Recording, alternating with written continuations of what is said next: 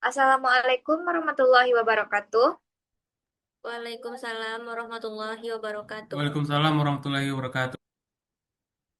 Terima kasih atas kesempatannya. Baiklah, pada kesempatan kali ini kami dari kelompok 6 akan melakukan presentasi tentang kredit perbankan dan berbagai jenis kredit di sektor perbankan. Yang mana anggota kelompoknya ada Sarvina Maharani, Sylvia Nurjito, dan Muhammad Asra.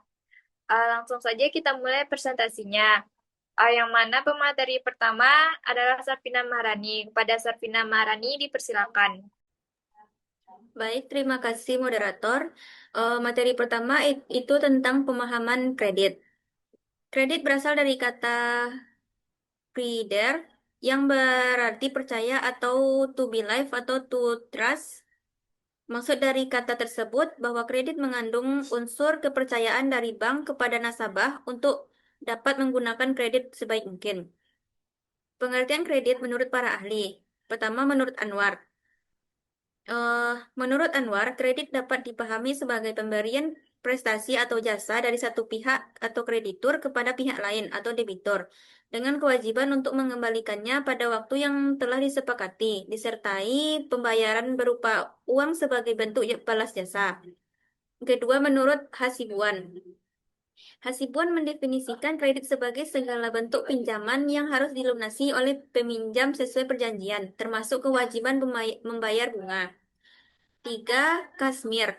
Kasmir menyatakan bahwa kredit merupakan bentuk pembiayaan baik dalam bentuk uang maupun tagihan yang nilainya dapat dipertukarkan dengan uang.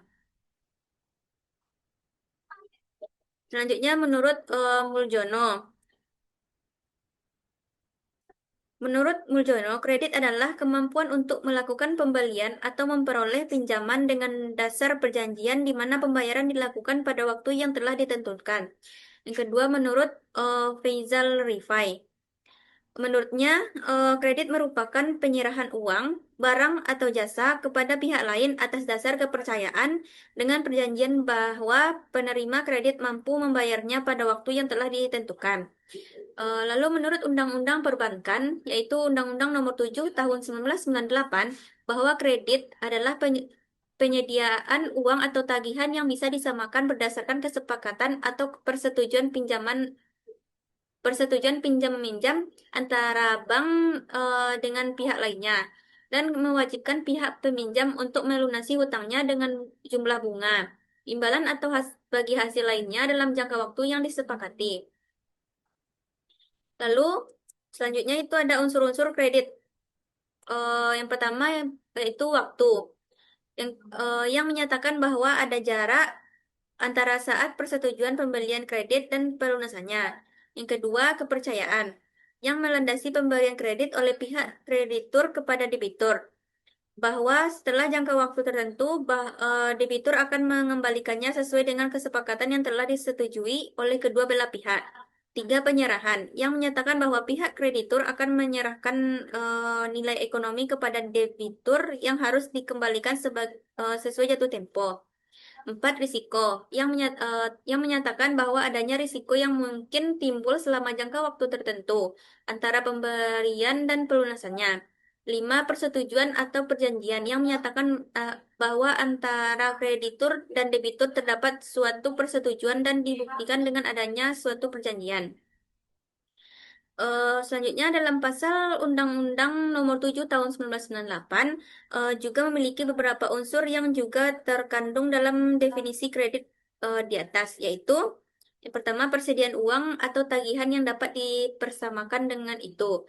Dua, berdasarkan persetujuan atau kesepakatan pinjam meminjam antara bank dengan eh, pihak lain. Tiga, terdapat kewajiban pihak meminjam untuk melunasi utangnya dalam jangka waktu tertentu.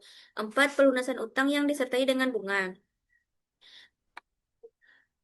Lalu tujuan kredit itu yang pertama mendapatkan keuntungan, membantu usaha nasabah, dan membantu pemerintah. Kredit memiliki fungsi-fungsi sebagai berikut, yaitu kredit dapat meningkatkan daya guna dari uang, lalu dapat meningkatkan daya guna dari barang, meningkatkan peredaran dan lalu lintas uang.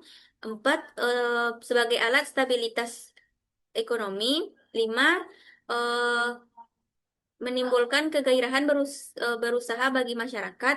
6, jembatan untuk meningkatkan pendapatan nasional. Dan terakhir, sebagai alat hubungan ekonomi internasional. Manfaat kredit bagi debitur itu meningkatkan usahanya dengan pengadaan berbagai faktor produksi. Yang kedua, kredit bank relatif mudah bila usaha debitur layak dibiayai. Eh, 3, dengan jumlah yang banyak, maka memudahkan calon debitur untuk memilih bank yang cocok dengan usahanya. 3, bermacam-macam jenis kredit dapat disesuaikan dengan calon debitur. Terakhir, rahasia keuangan debitur terlindungi. Lalu manfaat bagi bank atau kreditur itu, bank memperoleh pendapatan dari bunga yang diperoleh dari debitur. Dengan adanya bunga kredit, diharapkan rentabilitas bank akan membaik dan memperoleh laba juga meningkat. Dengan pemberian kredit akan membantu dalam memasarkan produk atau jasa perbankan lainnya. Lalu pemberian kredit untuk mempertahankan pengembangan usaha dan untuk merebut pangsa pasar dalam industri perbankan. Lalu bagi pemerintah itu sebagai alat pemacu pertumbuhan secara umum. Lalu untuk mengendalikan kegiatan moneter, untuk menciptakan lapangan usaha, lalu meningkatkan pendapatan negara dan menciptakan dan memperluas pasar. Bagi masyarakat, yang pertama itu mendorong pertumbuhan dan perluasan ekonomi, mengurangi tingkat pengangguran, memberi rasa aman bagi masyarakat, dan memberikan rasa aman bagi masyarakat yang menyimpan uang di bank.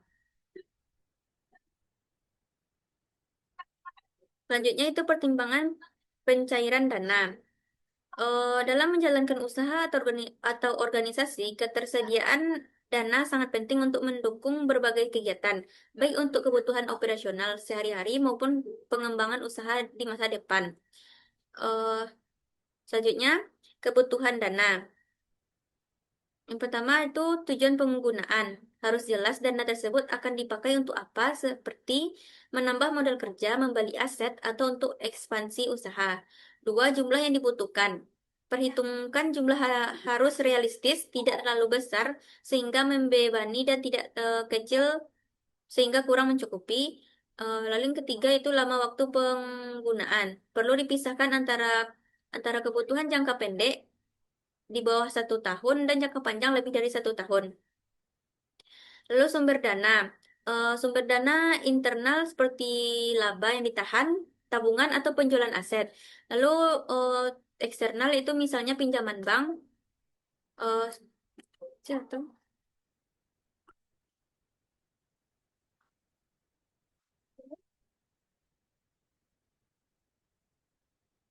Kalau eksternal itu misalnya pinjaman bank, modal dari investor, penerbitan obligasi atau saham, serta crowdfunding.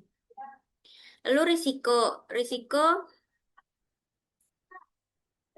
Lalu risiko gagal membayar kewajiban jika dana berupa pinjaman. Kedua, risiko berkurangnya kendali dalam manajemen apabila melibatkan investor atau saham baru. 3, risiko ketergantungan berlebihan pada pihak eksternal. Dan risiko nilai tukar bila dana dalam bentuk mata uang asing.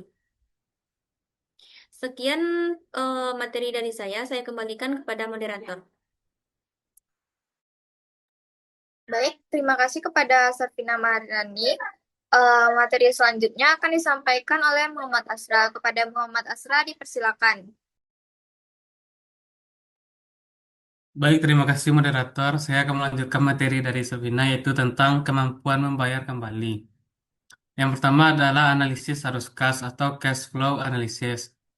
Perusahaan harus membuat proyeksi arus kas secara realistis. Arus kas dari hasil penjualan atau pendapatan utama harus cukup untuk menutup kewajiban pokok dan bunga pinjaman. Perhitungan sebaiknya tidak hanya berdasarkan kondisi barang, tetapi juga mempertimbangkan fluktuasi di masa depan.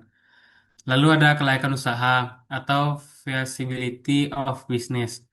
Pinjaman atau pendanaan baru sebaiknya dialokasikan untuk kegiatan produktif yang dapat menghasilkan keuntungan. Jika dana digunakan hanya untuk menutup kerugian tanpa rencana pemulihan, risiko gagal bayar akan semakin tinggi.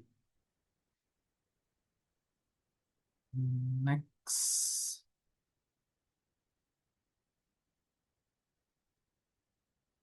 Next, Bin. Jenis-jenis kredit. Kredit yang diberikan oleh Bank Umum dan BPR untuk masyarakat terdiri dari berbagai jenis. Yaitu secara umum jenis-jenis kredit dapat dilihat dari berbagai aspek, yaitu satu dilihat dari aspek kegunaan, yaitu ada kredit investasi. Biasanya digunakan untuk keperluan membeli mesin produksi, perluasan usaha, membangun proyek atau pabrik baru, dan untuk keperluan rehabilitasi. Lalu ada kredit modal kerja. Digunakan untuk keperluan meningkatkan produksi dalam kegiatan operasionalnya, seperti untuk membeli bahan baku, membayar gaji karyawan, dan biaya-biaya lainnya yang berkaitan dengan proses produksi perusahaan. Yang kedua, dilihat dari aspek tujuan kredit, yaitu ada kredit produktivitas. Yang pertama itu ada kredit produktif, yaitu kredit yang digunakan untuk peningkatan usaha atau produksi. Investasi kredit ini diberikan untuk menghasilkan barang atau jasa. Lalu ada kredit konsumtif. Kredit yang digunakan untuk dikonsumsi secara pribadi. Dalam kredit ini tidak ada penambahan barang dan jasa yang dihasilkan. Lalu ada kredit perdagangan. Kredit yang digunakan untuk perdagangan biasanya membeli persediaan barang dagang yang pembayaran kreditnya diharapkan dari hasil penjualan barang dagangan tersebut. Lalu ada yang ketiga dilihat dari aspek jangka waktu, yaitu kredit jangka pendek, di mana kredit yang dimiliki jangka waktu kurang dari 1 tahun atau paling lama 1 tahun, dan biasanya digunakan untuk keperluan modal kerja. Lalu ada kredit jangka menengah, yang dimana kredit ini memiliki jangka waktu antara 1 tahun sampai 3 tahun, dan biasanya digunakan untuk keperluan investasi. Lalu ada kredit jangka panjang, di mana kredit yang memiliki jangka waktu di atas 3 tahun atau 5 tahun. Biasanya kredit ini untuk investasi jangka panjang. Next, Win. Lalu yang keempat dilihat dari aspek jaminan, yaitu ada kredit dengan jaminan, yaitu kredit jenis ini diberikan dengan adanya suatu jaminan. Jaminan tersebut dapat berupa barang berwujud atau tidak berwujud atau jaminan orang. Lalu ada kredit tanpa jaminan, di mana kredit jenis ini diberikan tanpa adanya satu jaminan. Kredit ini diberikan dengan melihat prospek usaha dan karakter serta loyalitas atau nama baik di debitur selama ini. Kredit ini biasanya diberikan untuk perusahaan yang memang benar-benar bonafit dan profesional, sehingga kemungkinan kredit macet sangat kecil. Lalu yang kelima dilihat dari aspek sektor usaha. Ada kredit pertanian adalah kredit yang disalurkan pada sektor perkebunan atau pertanian rakyat. Lalu ada kredit peternakan, kemudian ada kredit industri baik industri kecil, menengah, dan besar. Lalu ada kredit pertambangan, kemudian kredit pendidikan adalah kredit yang diberikan untuk membangun sarana dan prasarana pendidikan atau dapat pula berupa kredit untuk mahasiswa. Lalu ada kredit profesi, yang mana kredit yang diberikan kepada para profesional seperti dosen, dokter, dan pengacara. Dan yang terakhir ada kredit perumahan. Mungkin sekian dapat saya sampaikan. Saya kembalikan kepada moderator. Baik, terima kasih kepada Muhammad Asra. Sekian presentasi yang dapat kami sampaikan. Apabila ada kesalahan, mohon dimaafkan. Assalamualaikum warahmatullahi wabarakatuh. Waalaikumsalam warahmatullahi Waalaikumsalam wabarakatuh. warahmatullahi wabarakatuh.